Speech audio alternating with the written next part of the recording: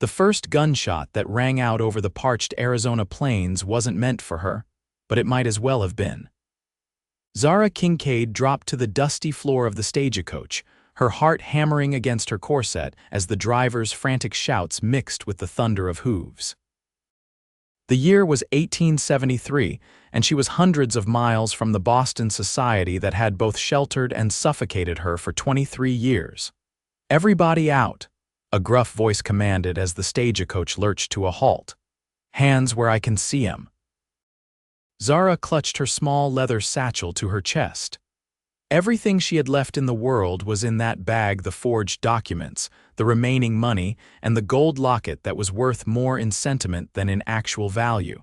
She couldn't lose it, not after everything. The other passengers, an elderly couple and a traveling salesman, filed out with their hands raised. Zara followed, her legs trembling beneath her travel-worn skirts. 3 masked men on horseback circled the coach, their revolvers trained on the passengers. "Valuables in the bag," one of the bandits barked, tossing a burlap sack toward them. "Jewelry, cash, watches, all of it," the elderly woman whimpered as she removed her wedding band. The salesman reluctantly emptied his pockets. When the sack reached Zara, she hesitated. "I don't have anything of value," she said, her voice steadier than she felt. The bandit dismounted and approached her, his eyes cold slits in the holes of his mask. "Everyone's got something of value, miss, especially pretty little things from back east." His hand reached for her satchel and Zara stepped back, clutching it tighter. "I said, give it here." He grabbed her arm, his fingers digging painfully into her flesh. A shot cracked through the air and the bandit froze. It hadn't come from any of the robbers. "I suggest you let the lady go," came a deep voice from the ridge above them. Zara looked up to see a lone rider silhouetted against the setting sun. He sat atop a chestnut stallion, a rifle aimed steadily at the bandits. "This ain't your business, mister," the lead bandit called out, though his hand fell away from Zara's arm. "I'm making it my business." The stranger nudged his horse forward, descending the ridge with deliberate calm.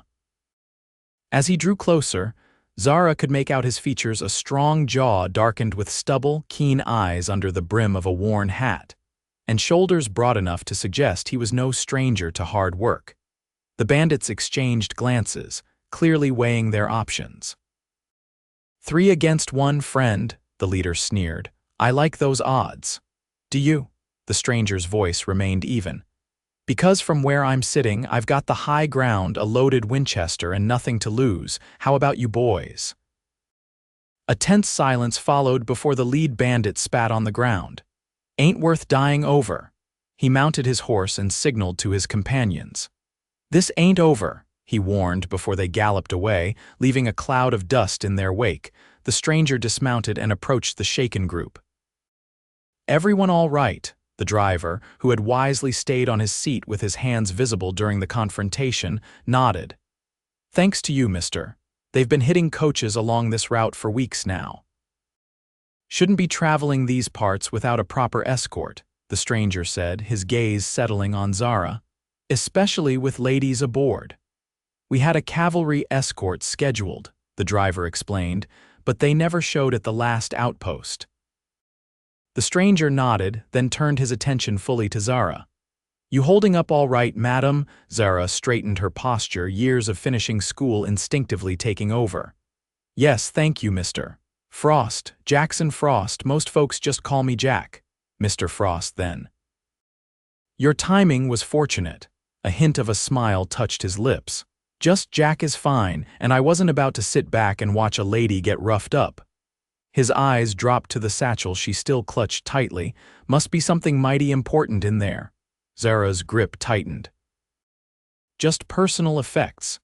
Jack studied her for a moment, and Zara had the unsettling feeling he could see right through her carefully constructed facade.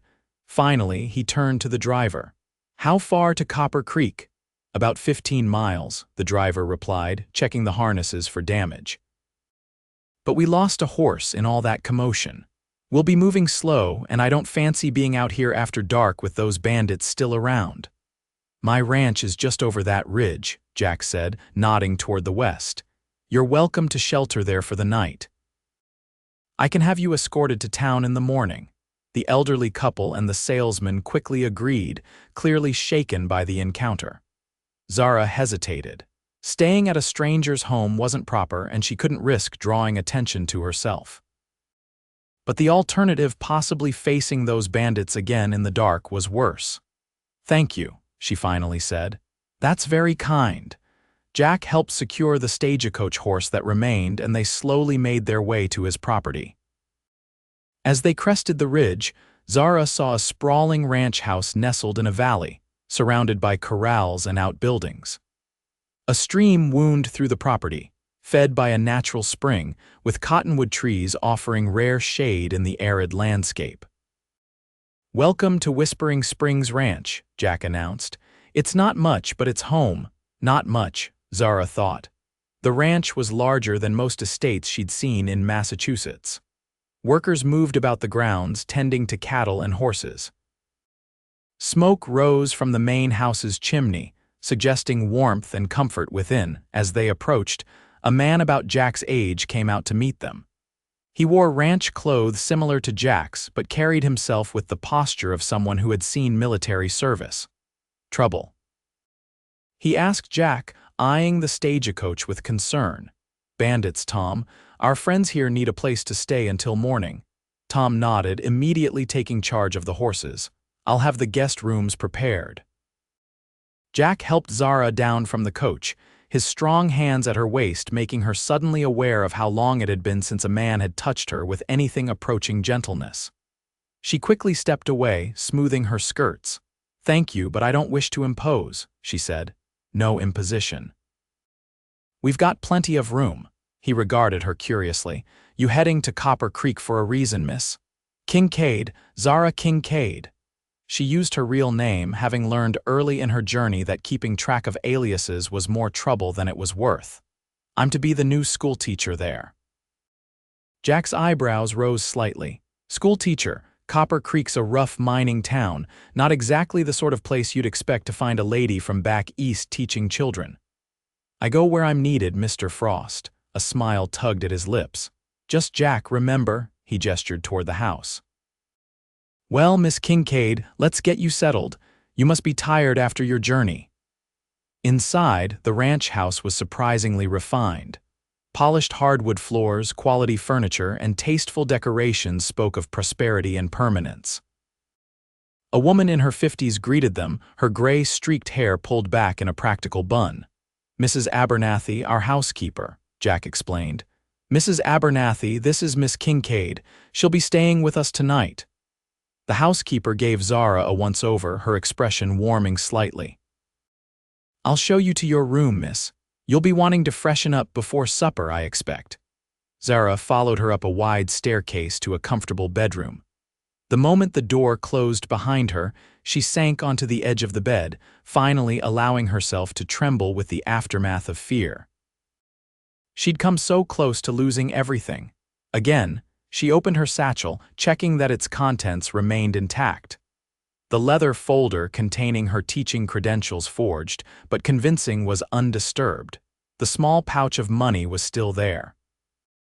And at the bottom, wrapped in a handkerchief, lay the gold locket. Zara removed it carefully, opening it to reveal the miniature portrait inside. A woman's face stared back at her, so similar to her own, yet marked by years Zara had yet to experience. She closed it with a snap and returned it to the satchel. After washing away the dust of travel with the water Mrs. Abernathy had provided, Zara changed into her one good dress, a navy blue affair that was simpler than the fashions she'd worn in Boston, but still spoke of quality. She pinned her dark hair up as neatly as she could without her lady's maid, and descended to join the others for dinner. The dining room was dominated by a long oak table. The elderly couple, introduced as Mr. and Mrs. Prescott, and the salesman, Mr. Gilbert, were already seated. Jack stood when Zara entered, pulling out a chair for her. "You clean up nice, Miss Kincaid," he said, his eyes appreciative but respectful. "Thank you," she replied, taking the offered seat. Dinner was a surprisingly elegant affair. The food was hearty but well-prepared roast beef, potatoes, fresh bread, and vegetables from the kitchen garden.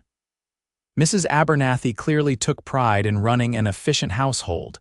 Conversation flowed easily, with Mr. Gilbert dominating much of it with tales of his travels. Zara was content to listen, offering only brief responses when directly addressed. She was accustomed to being invisible in social settings. It had served her well these past months. "So, Miss Kincaid," Jack said during a lull in the conversation, "what brings a Boston lady to Arizona territory to teach school?" Zara nearly choked on her water. "How did you know I'm from Boston?" A smile played at the corners of his mouth. "Your accent, it's subtle, but it's there. Plus, your manners and the cut of your traveling clothes, they speak of the East Coast. Boston was just an educated guess." She set down her glass carefully. "You're very observant, Mr. Frost." "Just Jack," he reminded her for the third time. "And in my line of work, observation can mean the difference between life and death." "And what exactly is your line of work?" she asked, attempting to shift the focus from herself. "Besides ranching, I mean." "Jack used to ride with the Rangers," Tom explained from his place at the table. "These days, he helps the marshal in Copper Creek when needed, sort of an unofficial deputy." Zara felt a cold dread settle in her stomach. Law enforcement was the last thing she needed in her life right now. "Just a citizen doing his civic duty," Jack said modestly. "Now, you still haven't answered my question. What brings you all the way out here?" Zara gave the answer she'd rehearsed countless times. "I wanted adventure. After teaching in the same school for 5 years, Boston began to feel confining. When I saw the advertisement for a teacher in the Arizona territory, it seemed like an opportunity for a new beginning." It wasn't entirely a lie. Boston had indeed become confining, though not in the way she implied. "Most people looking for a new beginning head west for gold or land," Jack observed. "Not many come for the chance to teach in a one-room schoolhouse." "I'm not most people, Mr. Frost." His eyes met hers across the table, and something in them made her pulse quicken. "No," he agreed quietly. "I don't believe you are." The rest of dinner passed with lighter conversation. Afterward, pleading fatigue from her journey, Zara excused herself early and retreated to her room. From her window, she could see the vast expanse of ranch land stretching toward distant mountains, bathed in the silver light of the moon. It was beautiful in a wild, untamed way that Boston could never match. A knock at her door startled her. Opening it cautiously, she found Mrs. Abernathy holding a stack of linens. "Just bringing some extra blankets, miss. Nights get cold out here, even in summer." "Thank you." Zara accepted them gratefully. The older woman hesitated. "If you don't mind my saying so, miss, you look like you're carrying a heavy burden for someone so young." Zara stiffened. "I'm just tired from traveling." Mrs. Abernathy's kind eyes held no judgment. "Of course, but should you need a friendly ear, I've been told I'm a good listener." She patted Zara's hand. "Sleep well, miss." After she left, Zara sank onto the bed, suddenly overwhelmed.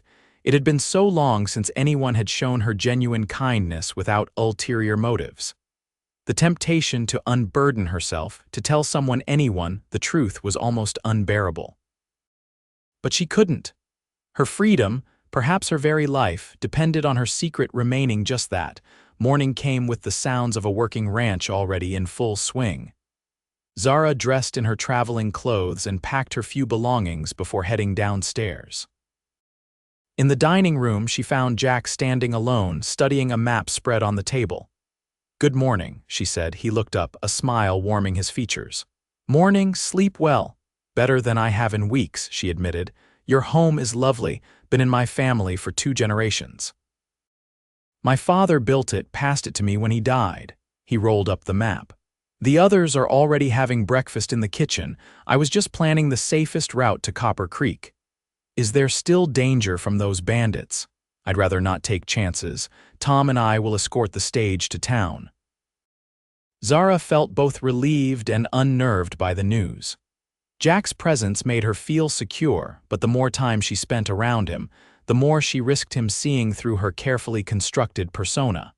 After a hearty breakfast, they set out for Copper Creek. Jack rode beside the stagecoach, while Tom brought up the rear. The journey passed without incident, and by mid-morning the small mining town came into view. Copper Creek was exactly what Zara had expected: a dusty main street lined with wooden buildings, some sporting false fronts to appear more impressive than they were. A saloon, a general store, a small church, and various other businesses made up the heart of town.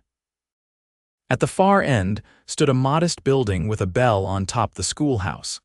The stagecoach stopped in front of the Grand Hotel, a name that seemed optimistic given the two-story wooden structure it designated.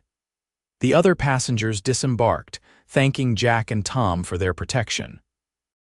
"Where can I find the town council?" Zara asked as Jack helped her down from the coach. "Mayor Hollister's office is just down the street," he replied. "But I'll accompany you if you don't mind. Make sure you get settled properly." She hesitated, then nodded her agreement. As they walked, she became acutely aware of the glances from townsfolk, some curious, some appreciative, some openly suspicious. A new face, particularly a female one, was clearly a novelty in Copper Creek. The mayor's office was a small room attached to the town's only bank. Mayor Hollister himself was a portly man with a magnificent mustache and an eager smile that didn't quite reach his eyes. "Miss Kincaid," he exclaimed, rising from behind his desk. "We weren't expecting you until next week. The stagecoach schedule allowed me to arrive earlier," she explained. "I hope that's not an inconvenience." "Not at all, not at all. We're delighted to have you." His gaze shifted to Jack. "Frost, what brings you to town?" "Just escorting Miss Kincaid safely from my ranch. Her stagecoach had some trouble with bandits yesterday." The mayor's eyebrows shot up. "Goodness, are you unharmed, my dear?" "Perfectly fine, thanks to Mr. Frost's intervention," Zara assured him. Well, we'll have to see about increasing patrols on that road." The mayor shuffled some papers on his desk. "Now, about your accommodations, we've arranged for you to board with Mrs. Whitfield. She's a widow, very respectable, lives just behind the schoolhouse. Convenient for your work." "That sounds ideal," Zara said. "When might I see the school?" "I can show you right now if you'd like," the mayor offered. "Classes don't begin for another week, which will give you time to prepare." Jack cleared his throat. "If you don't mind, Mayor, I'd be happy to show Miss Kincaid around town. I'm sure you have more important matters to attend to." The mayor looked between them, a knowing smile appearing beneath his mustache. Of course. Miss Kincaid, your contract and keys to the schoolhouse." He handed her an envelope. "The town council will meet you formally tomorrow evening. Until then, consider yourself welcome to Copper Creek." Outside, Zara turned to Jack. "You didn't have to offer to show me around. I know, but I figured you might appreciate a guide who isn't trying to impress you with inflated stories about the town's prosperity." A grin tugged at his lips. "Besides, I have an ulterior motive." "Oh." "I'd like to get to know our new schoolteacher better." His expression grew more serious. "There's something about you, Zara Kincaid, something you're hiding." Her heart skipped a beat. "I'm not hiding anything." "Everyone's hiding something." He offered his arm. "Shall we?" "I know Mrs. Whitfield. She makes the best apple pie in 3 counties. Deciding that refusing would only increase his suspicions, Zara placed her hand on his arm and allowed him to guide her through town. He introduced her to shopkeepers and residents they encountered, most of whom greeted her warmly. The schoolhouse was a simple one-room building with rows of benches, a teacher's desk on a raised platform, and a blackboard covering one wall. Shelves held a modest collection of books, and a pot-bellied stove stood in the corner for winter heating. "It's not much compared to schools back east," Jack said, watching her reaction. Zara ran her fingers along the scarred surface of the teacher's desk. "It's perfect. Children are the same everywhere. They need knowledge, guidance, and someone who believes in them." "Is that why you became a teacher?" She nodded, allowing herself this one true piece of her past. "My own teacher changed my life when I was young. I wanted to do the same for others." They continued to Mrs. Whitfield's home, a neat cottage with a flourishing garden. The widow was a plump, cheerful woman in her 60s who immediately took Zara under her wing. "You poor dear, traveling all this way alone. Come in, come in. I've prepared the guest room and there's fresh lemonade cooling." Jack tipped his hat. "I'll leave you in Mrs. Whitfield's capable hands then." "Thank you for everything," Zara said, genuinely grateful. "I don't know what would have happened if you hadn't come along yesterday." "Just doing what any decent man would do." He hesitated. "I'll be in town for a few days. Perhaps I could call on you tomorrow, show you some of the countryside." The invitation caught her off guard. "Aye, that would be nice, thank you." As he rode away, Mrs. Whitfield chuckled. "Well, well. I haven't seen Jack Frost take such an interest in a newcomer before. You must have made quite an impression." "We barely know each other," Zara protested. "Sometimes that's all it takes," the widow replied with a knowing smile. "Now come inside and tell me all about your journey." The next few days passed in a blur of activity. Zara met the town council, prepared lessons for her future students, and settled into life in Copper Creek. Mrs. Whitfield proved to be an invaluable source of information about the town and its inhabitants, though Zara was careful to deflect too many questions about her own past. True to his word, Jack called on her the following day. They rode out to a beautiful vista overlooking the valley where he spread a blanket for an impromptu picnic. "You're adjusting well to town life," he observed as they ate. "The people have been very welcoming. Most of them, anyway." At her questioning look, he explained, "Cornelius Blackwell hasn't exactly rolled out the red carpet, but don't take it personally. He's against anything that might civilize the town too much. Thinks schools are a waste of money. Mr. Blackwell owns the largest mine in the area. Half the men in town work for him. He's got influence, but don't let him intimidate you." Zara nodded, making a mental note to avoid crossing this Blackwell character if possible. She had enough problems without making powerful enemies. "So," Jack said, leaning back on his elbows, "are you going to tell me what you're running from, or do I have to guess?"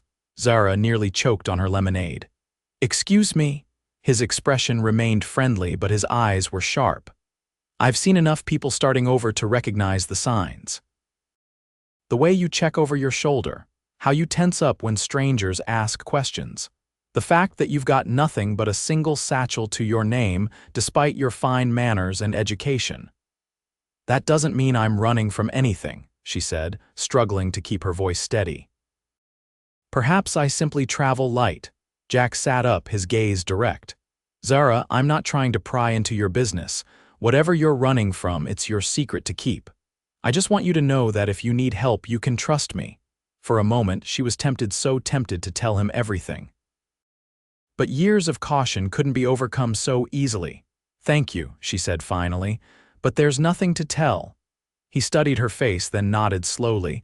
"All right, but my offer stands." They returned to lighter topics, and by the time they rode back to town, Zara found herself genuinely enjoying his company. Jack Frost was unlike any man she'd known in Boston, direct, unpretentious, and possessed of a quiet strength that had nothing to do with social standing or wealth. Over the next week, as school preparations continued, Jack found reasons to visit her daily. Sometimes he brought supplies for the schoolhouse. Other times, he simply offered to escort her on errands around town. Zara knew she should discourage his attention. Getting close to anyone was dangerous, but she found herself looking forward to his visits. The day before school was to begin, Jack arrived at Mrs. Whitfield's with a small wooden box. "A welcome gift," he explained, handing it to her. "For your desk at school." Inside was a beautiful brass bell polished to a high shine. "It's lovely," she said, genuinely touched. "Thank you. Thought you might need it to call those wild young'uns to order." He grinned. "Are you nervous about tomorrow?" "A little," she admitted. "I've never taught children of different ages all in one room before. You'll do fine. These kids need someone like you, someone who cares enough to come all this way to teach them." His faith in her made her chest ache with guilt. If he knew the truth, that she hadn't come to Copper Creek out of some noble calling, But because it was far enough from Boston that no one would think to look for her here, would he still look at her with such admiration? That evening, she couldn't sleep. Rising from her bed, she went to the window and looked out at the starlit town. In the distance, she could see the silhouette of the schoolhouse where tomorrow she would begin her new life. A life built on lies. The first day of school dawned bright and clear. Zara dressed in her most professional outfit, a high-necked blue dress with modest trim, and arranged her hair in a simple but elegant knot. She wanted to project authority while still appearing approachable to her students. Mrs. Whitfield insisted on walking with her to the schoolhouse, carrying a basket of fresh muffins to start the children off right. When they arrived, Zara was surprised to find Jack already there, sweeping the front steps. "Thought you might appreciate a clean entrance for your first day," he explained, hat in hand. "That's very thoughtful," she said, touched by the gesture.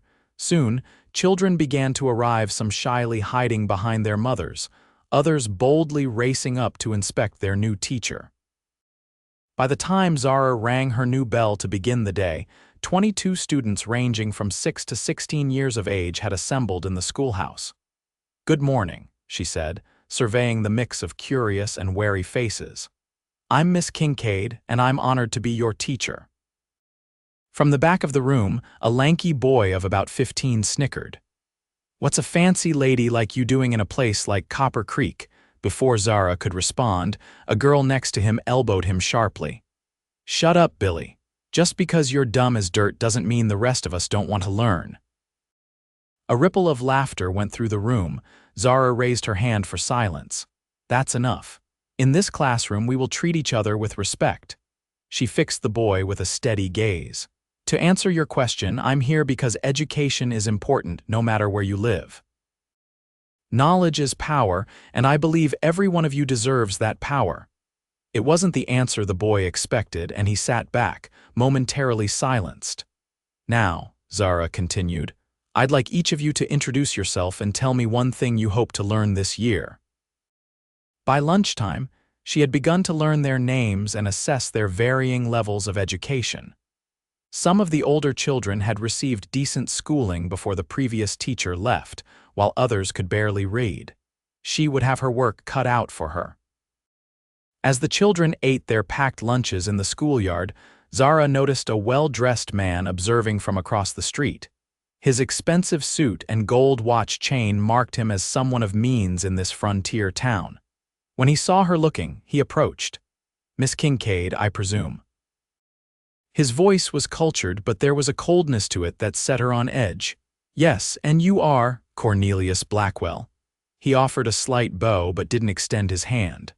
"I own the Copper Queen mine," the man Jack had warned her about. Zara straightened her posture, determined not to be intimidated.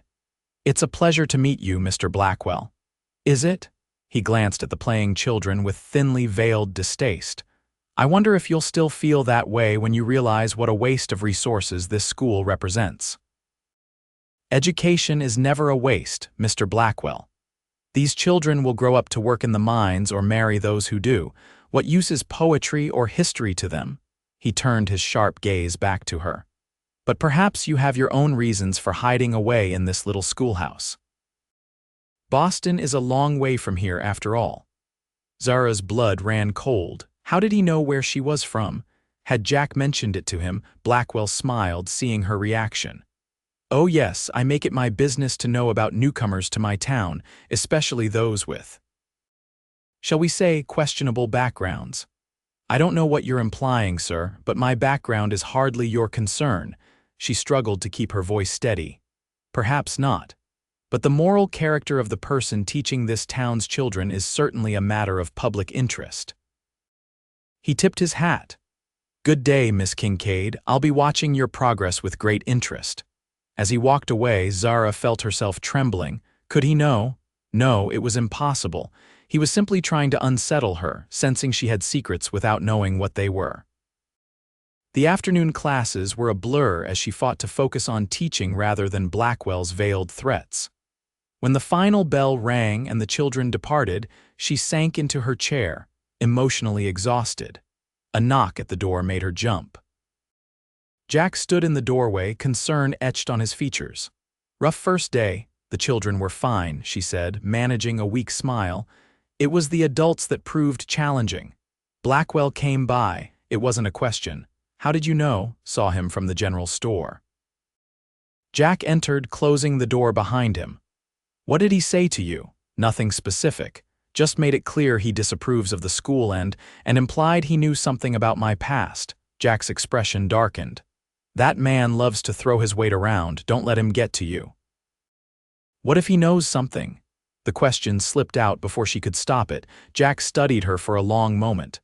"Does he have something to know, Zara?" She looked away, unable to meet his gaze. "Everyone has a past, Jack." He moved closer, gently turning her face back toward him. "Whatever it is, it can't be as bad as you think. You don't know that. I know you." His voice was soft but certain. "I've seen how you treat those children with kindness and respect, how you speak of education like it's a sacred calling. Whatever you did or whatever happened to you before, it doesn't change who you are now." Tears pricked at her eyes. "You have too much faith in me." "Maybe."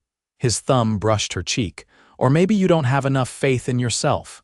The tender gesture broke something inside her. Without thinking, she leaned forward and pressed her lips to his.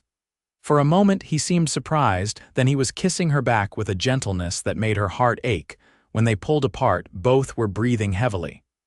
Jack's eyes searched hers, filled with questions he didn't voice. "I'm sorry," she whispered. "I shouldn't have done that. I'm not complaining." A small smile played at his lips. "But I am wondering what it means."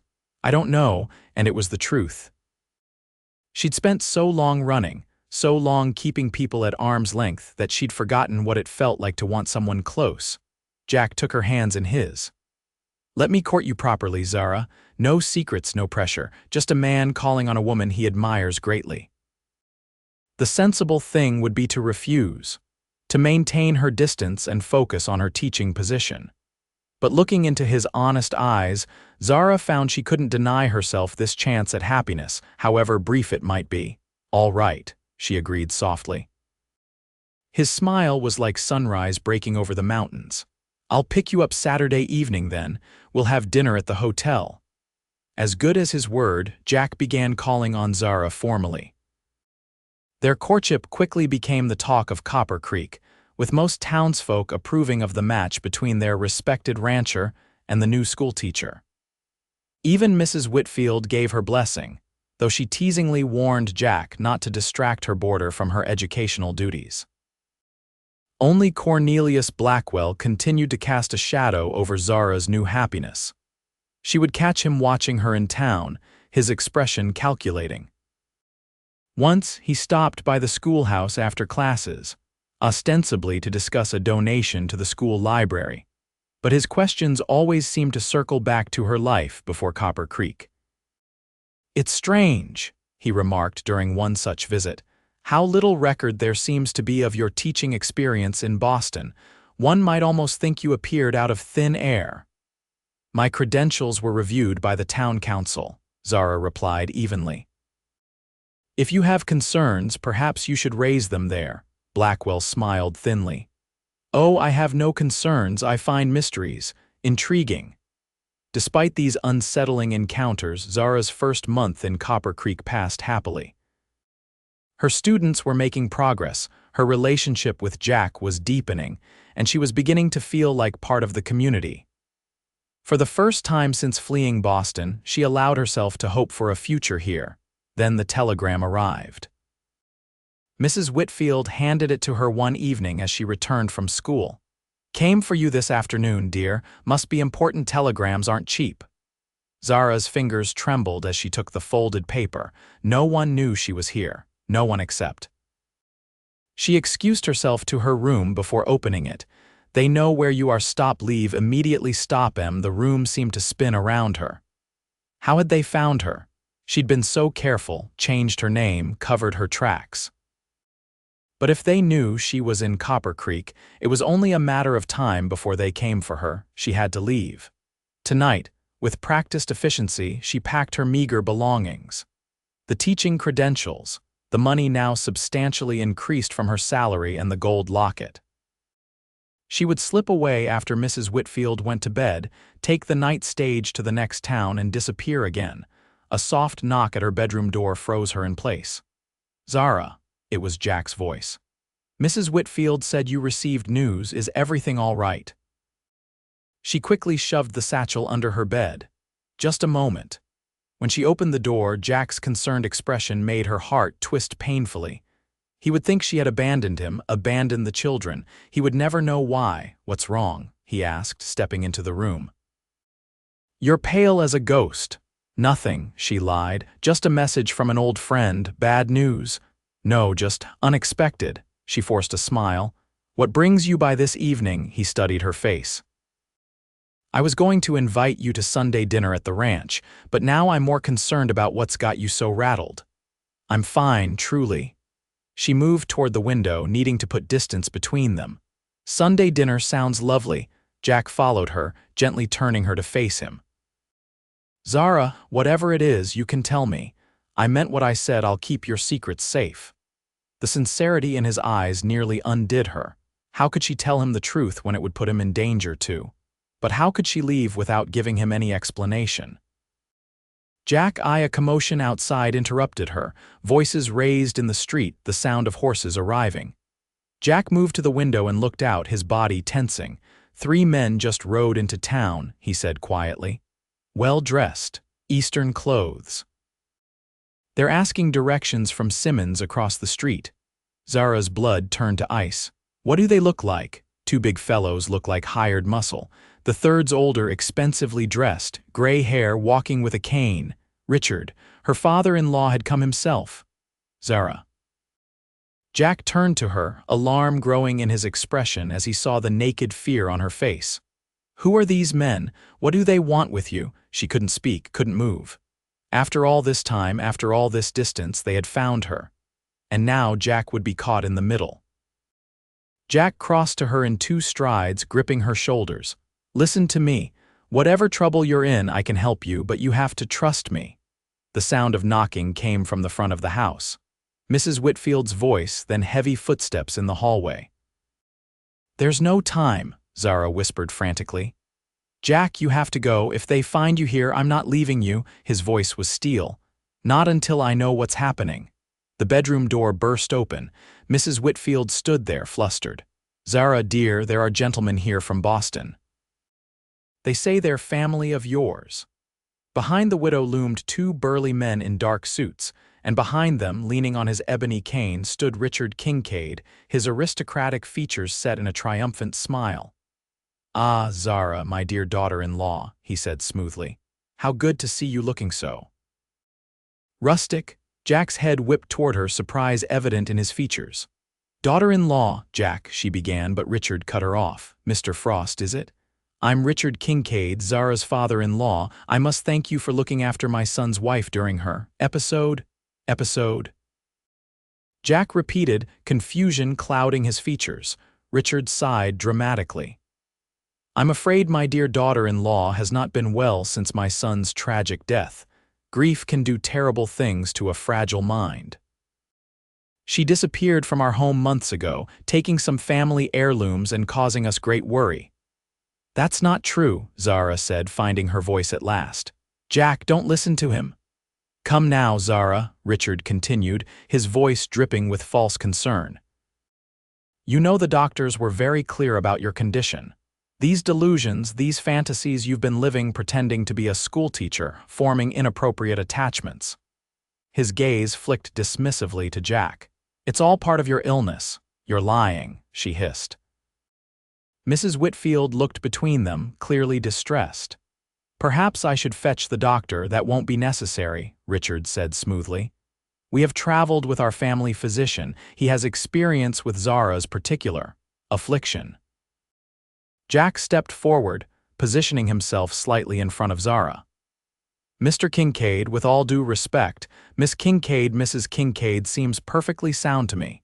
She's been teaching our children for weeks now, and no one has observed any behavior suggesting she's unwell." Richard's smile didn't reach his eyes. "And what medical training do you have, sir, to make such an assessment? Grief-induced hysteria can manifest in many ways. The sufferer can appear completely normal while living an elaborate fantasy. "Jack," Zara pleaded, "he wants to lock me away. My husband died under suspicious circumstances, and when I started asking questions, more delusions," Richard interrupted smoothly. "My son died of pneumonia, as the death certificate clearly states." Zara's inability to accept this reality is precisely what triggered her breakdown. Jack's expression hardened. "Sir, I think it would be best if we continued this conversation tomorrow when the town doctor and marshal can be present." The two large men moved forward slightly, their intentions clear. Richard's pleasant facade dropped for a moment. "I'm afraid I must insist on taking my daughter-in-law home tonight. The journey is long, and we've already been separated from her for too many months. And I must insist that she stays right here until we can sort this out properly," Jack replied, his hand moving subtly toward the gun at his hip. The tension in the room was palpable. Mrs. Whitfield excused herself, clearly going for help. Richard assessed the situation, then nodded slightly. "Very well. If you're so concerned, Mr. Frost, perhaps you'd like to accompany us to our accommodations at the hotel. We can discuss this matter like civilized people, and you can satisfy yourself as to our legitimate concerns for Zara's welfare." Jack glanced at Zara, who shook her head almost imperceptibly. She knew Richard wouldn't hesitate to have Jack killed if he became too much of an obstacle. "I think I'll stay right here with the lady," Jack said firmly. Richard's expression hardened. "I had hoped to resolve this amicably, but you leave me no choice." He produced a document from his inner pocket. "This is a court order granting me guardianship over my daughter-in-law, who has been declared mentally incompetent. If you interfere with my legal right to take her home, Mr. Frost, you will face serious consequences." Jack took the paper, studying it carefully. "This is from Massachusetts. It has no jurisdiction here in Arizona territory. Perhaps not technically, but do you really think your local judge will side with a woman who has created an elaborate false identity over a respected Boston businessman with documented medical evidence of her condition?" Jack's hesitation told Zara he recognized the truth in Richard's words. The local authorities would be unlikely to challenge documentation from Boston, especially when presented by someone of Richard's obvious wealth and standing. "Jack," she said quietly, "I need to speak with you, alone." Richard began to protest, but Jack cut him off. "1 minute, you can give us that much." With obvious reluctance, Richard nodded. "1 minute, then we're leaving with or without your cooperation." When they had stepped out into the hallway, Jack turned to her, his eyes intense. "Tell me the truth, Zara, all of it, now." The words tumbled out in a desperate rush. "My husband James died suddenly last year. The official cause was pneumonia, but I believe Richard had him killed. James had discovered irregularities in the family business, illegal dealings, money laundering. He was going to expose his father. The night before he planned to go to the authorities, he fell ill and died within hours. And you have proof of this. Nothing concrete, but after James died, I found documents he'd hidden evidence of Richard's crimes. I took them and fled, knowing Richard would silence me just as he silenced James. He's been hunting me ever since." Jack's expression was grim. "Where are these documents now?" "Hidden, not here." She clutched his arm. "Jack, you have to believe me, Richard is dangerous. If you stand in his way, I don't scare easy, Zara." His voice softened. "Why didn't you tell me any of this before?" "I couldn't risk involving you, and I was afraid you wouldn't believe me, that you'd think I was exactly what Richard claims, a delusional widow." Jack cupped her face in his hands. "I believe you, and I'm not letting him take you anywhere." Relief washed over her, followed immediately by fear. "But the court order may not be worth the paper it's printed on. Richard isn't the only one with connections." He glanced toward the door. "But first, we need to get you somewhere safe." When they returned to the room, Richard was examining the schoolbooks on Zara's desk with obvious disdain. He looked up as they entered. "Have you said your goodbyes, my dear? Our train leaves from Tucson in the morning." She's not going anywhere with you, Jack said firmly. Richard's smile was cold. I was afraid you might be difficult about this. He nodded to his men. Gentlemen. The two large men moved forward, but Jack was faster.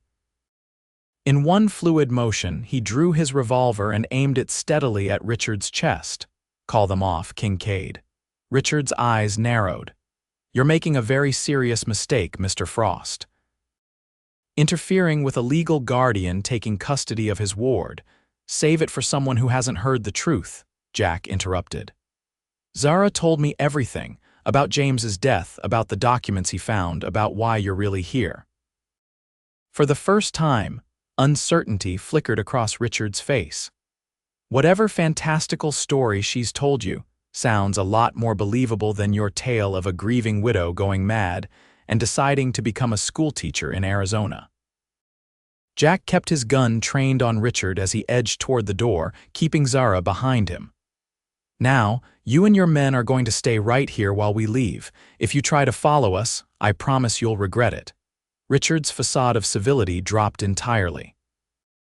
You have no idea who you're dealing with, Cowboy. I have friends in the territorial government. One telegram and you'll be wanted for kidnapping. Maybe, Jack acknowledged, but by then we'll be long gone, and those documents Zara has, they'll be in the hands of federal marshals. Fear flashed across Richard's face, real fear, quickly masked. You're bluffing. She has nothing. Are you willing to bet your freedom on that? Jack backed toward the door, keeping his gun steady. Zara, get your things. We're leaving. With trembling hands, Zara retrieved her satchel from under the bed. As they moved into the hallway, Richard called after them. This isn't over, Zara. You can't run forever. Jack led her quickly through the house and out the back door. A horse was waiting in the shadows. Jack must have left it there when he arrived. He helped her mount, then swung up behind her. Hold on tight, he murmured, and then they were galloping away from town, the sound of shouting fading behind them. They rode hard for nearly an hour, following trails that only Jack seemed to know, before finally slowing near a small creek. Jack dismounted and helped Zara down, her legs trembling from the long ride. We should be safe here for the night, he said, leading the horse to drink. It's an old line shack my ranch hands use during roundup. No one will think to look for us here. The cabin was simple but sound, one room with a small stove, a narrow bed, and basic supplies. Jack lit a lantern, casting the space in a warm glow. I'm sorry, Zara said, sinking onto a rough wooden chair. I've dragged you into my problems. Now you're a fugitive too. Jack knelt before her, taking her hands in his. You didn't drag me anywhere I wasn't willing to go, but Zara, we need a plan. Richard won't give up easily. I know. She drew a deep breath. The documents, the ones James collected there in a safe deposit box in Tucson. I was saving the money to travel there to find someone who could help me use them against Richard. Then that's where we'll go. Jack's voice was firm. Tomorrow we'll head for Tucson. I have a friend there, a federal marshal. He'll know what to do with evidence of financial crimes. You believe me then? Truly? Zara searched his face. Even though I lied to you about who I was. You never lied about who you are, Zara. You just didn't tell me everything about your past. His eyes held hers steadily. I meant what I said before. I've seen the real you in how you teach those children, in how you care for others, in how you look at me when you think I don't notice. A blush warmed her cheeks. And how do I look at you? His lips curved in a slight smile. Like I'm something worth fighting for, and that's exactly how I feel about you. Zara's heart swelled with emotion. Despite everything, the danger, the uncertainty, the lies between them, Jack Frost still looked at her with tenderness and determination. He was risking everything for her.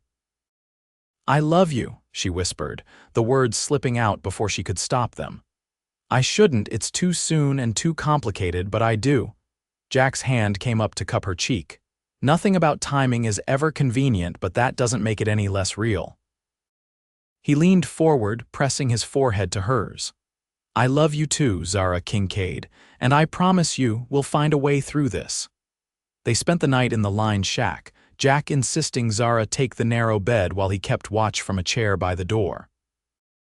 Despite her exhaustion, sleep came fitfully, her dreams filled with pursuing shadows and Richard's cold smile. At first light, they set out for Tucson. It would be a 2-day journey, Jack explained, following back trails to avoid the main roads where Richard's men might be watching. They rode double on Jack's horse, stopping only briefly to rest and eat from the supplies Jack had packed in his saddlebags. As the sun climbed higher, Zara told Jack everything about her marriage to James, which had begun as one of convenience between two Boston families, but had grown into genuine affection. About James's discovery of his father's criminal enterprises. About the night he had died, poisoned, she believed, on Richard's orders. James knew his father would try to silence him, she explained as they rode. That's why he hid copies of the documents and told me where to find them if anything happened to him. I don't think Richard knows exactly what evidence I have, or he would have been more careful in his pursuit. And after James died, Richard began to suggest I was suffering from hysteria, that grief had unbalanced my mind. When I realized he was setting the groundwork to have me committed to an asylum, I knew I had to run. She shuddered at the memory. I took the documents, what money I could access, and fled west. I changed my name several times before settling on using my real first name again in Copper Creek. I thought I was far enough away that he'd never find me there. How do you think he tracked you down? I don't know. Perhaps someone recognized me from the photographs he must have circulated, or maybe, she broke off, a terrible thought occurring to her. Blackwell. He knew I was from Boston. What if he contacted Richard? Jack's arms tightened around her waist. Blackwell's always looking for powerful allies for his business interests. A connection with a wealthy Boston financier would appeal to him. Then he sold me out, Zara said bitterly. For what money? A business opportunity? Probably both, but it doesn't matter now. What matters is getting those documents to people who can use them to bring Richard down. They camped that night in a sheltered canyon, building only a small fire that wouldn't be visible from a distance. As they ate a simple meal of beans and jerky, Jack shared stories of his own past, how he'd come to inherit the ranch after his father's death, his time with the Rangers, his dreams for the future. I always thought I'd expand the ranch, maybe build a bigger house someday, he said, gazing into the fire. For a family. And now, Zara asked softly, now that you're on the run with a woman who's brought nothing but trouble to your door. Jack looked up at her, the firelight reflecting in his eyes. Now I'm thinking that house might need a schoolroom, for when the children are small, her breath caught in her throat. Jack. I know it's too soon to talk about such things, he said quickly. We have to resolve this situation with Richard first. But Zara, when this is over, if you'll have me, I want to build a life with you. Tears pricked at her eyes. I want that too, more than anything. He reached across the fire to take her hand, and they sat in companionable silence, both aware of the challenges that still lay ahead but finding strength in their newfound connection. The next day brought them within sight of Tucson, a bustling town much larger than Copper Creek. They approached cautiously, aware that Richard might have sent telegrams ahead to watch for them. We'll need to separate, Jack said as they paused on a ridge overlooking the town. I'll find my friend Marshall Dawson while you go to the bank and retrieve the documents. Is that safe? Zara asked, anxiety creeping into her voice. What if Richard's men are watching the bank? It's a risk we have to take, but Tucson's a big place, they can't watch everywhere. He squeezed her hand reassuringly. We'll meet at the Silver Dollar Hotel at sundown. If either of us doesn't show up by full dark, the other should assume there's trouble and proceed alone. The thought of separating from Jack filled Zara with dread, but she nodded her agreement. His plan made tactical sense. Be careful, Jack. You too. He kissed her briefly but fiercely. Remember Silver Dollar Hotel, sundown. They rode into town separately, Jack taking the main road while Zara circled around to enter from the east. The bustling streets of Tucson made her nervous after weeks in quiet Copper Creek. So many strangers, any of whom could be working for Richard. The Territorial Bank was an imposing stone building in the center of town. Zara entered with her heart pounding, but the transaction went smoothly. The clerk accepted her key without question, and soon she was in a private room with the small metal box James had arranged for her before his death. Inside were the documents' financial records, correspondence, evidence of bribes and money laundering, along with a personal letter from James that brought tears to her eyes. He had known the risk he was taking in confronting his father, had prepared this fallback in case the worst happened. His final words to her were of love and regret for putting her in danger. Tucking the papers securely into her satchel, Zara left the bank and made her way carefully toward the Silver Dollar Hotel. The sun was just beginning to set, painting the western sky in brilliant oranges and reds. She found a bench across from the hotel and sat down to wait, trying to appear casual while scanning the streets for any sign of Richard's men. As the sky darkened from orange to purple, a flutter of worry began in her chest. Where was Jack? Had something happened to him? She checked the street again and her blood froze. Richard Kincaid was entering the hotel accompanied by one of his thugs. Somehow he had found them. Was Jack already captured, or worse? She couldn't risk going to the hotel now, but she couldn't abandon Jack either. A hand touched her shoulder, and Zara nearly screamed before a familiar voice said, "Easy, it's me." Jack slid onto the bench beside her, keeping his hat low over his face. Marshal Dawson wasn't at his office. His deputy says he's out on a case, won't be back for 2 days. "Richard's here," Zara whispered frantically. "I just saw him go into the hotel." Jack's expression darkened. "How did he find us so quickly?" "I don't know, but we can't stay here." She clutched her satchel. "I got the documents. We need to find somewhere safe until your marshal friend returns." "I know a place," Jack said, standing and offering her his arm as if they were just a couple out for an evening stroll. "An old friend runs a boarding house on the edge of town. She's discreet." They walked unhurriedly away from the hotel, Jack keeping Zara on the inside of the sidewalk, his body between her and the street. They had gone perhaps 3 blocks when Jack suddenly stiffened. "Don't look now, but we're being followed," he murmured. 2 men across the street. Zara's pulse quickened.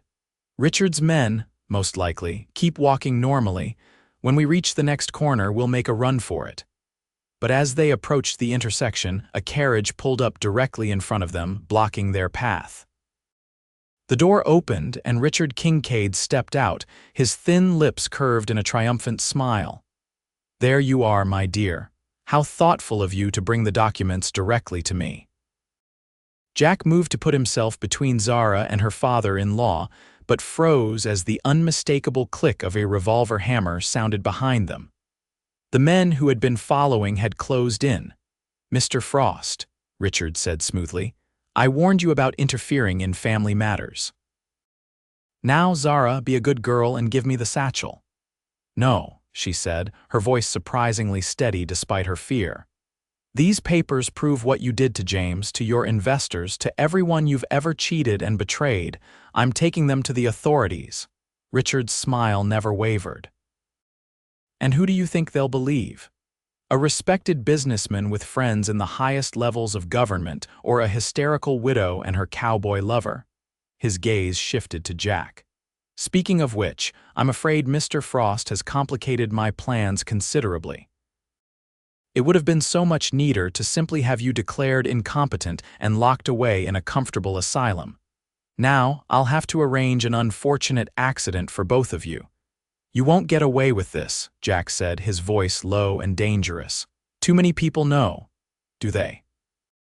Your marshal friend is conveniently absent. The good people of Copper Creek believe Zara is mentally unstable. My telegram to Mayor Hollister saw to that. And here in Tucson, well." Richard gestured around the darkening street. "Who would notice 2 more unfortunate souls falling victim to frontier violence?" A new voice spoke from the shadows. "I would notice, Kincaid." All heads turned to see a tall, broad-shouldered man step into the pool of light cast by a nearby street lamp. He wore a marshal's badge on his vest and his hand rested on the gun at his hip. "Marshal Dawson," Jack said with visible relief. "Your deputy said you were out of town, got back early." The marshal's hard gaze was fixed on Richard. "Been expecting you, Kincaid." "Got a telegram from Boston yesterday. Seems the authorities there are mighty interested in your business dealings." Richard's composure faltered for the first time. "Whatever you think you know.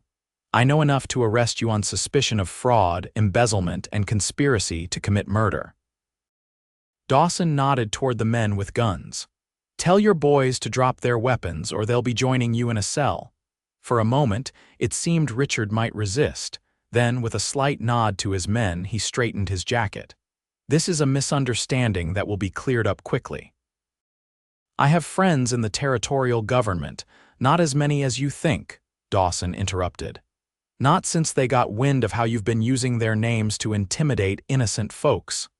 He gestured to one of his deputies, who had appeared behind him. "Take Mr. Kincaid and his friends to the jailhouse. Careful with them, they're Boston gentlemen, unused to our rough Western ways." As Richard was led away, his cold gaze locked with Zara's. "This isn't over," he said quietly. "Men like me don't stay in jail, Zara. Remember that."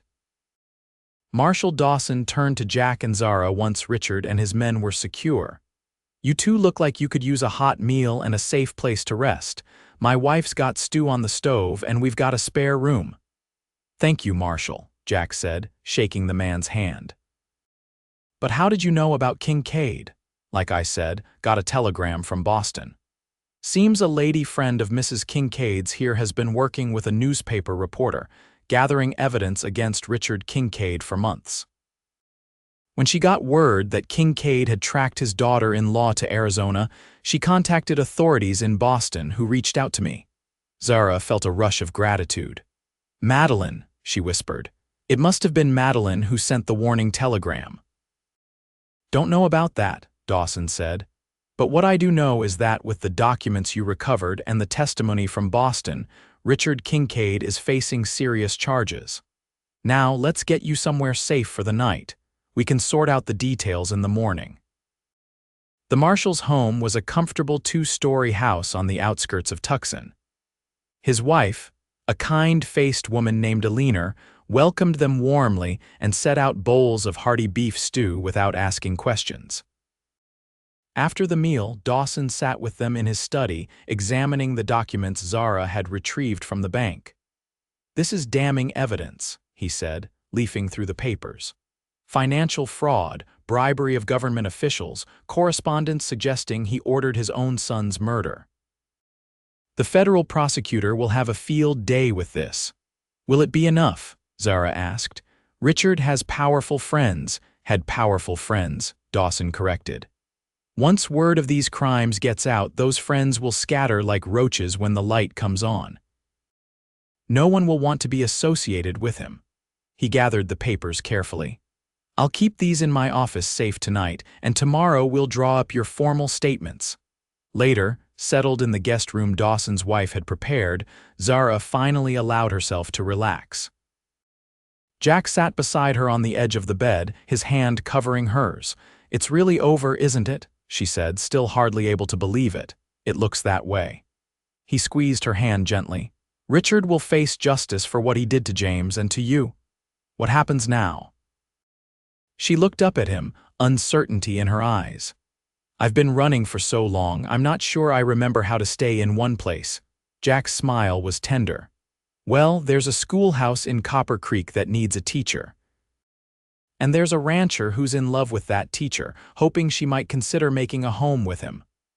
"Just a home," Zara teased gently, her heart lighter than it had been in months. Jack's expression grew serious. "Zara Kincaid, when all this legal business is settled, would you do me the honor of becoming my wife? I know it's sudden, and you've been through so much." She silenced him with a kiss.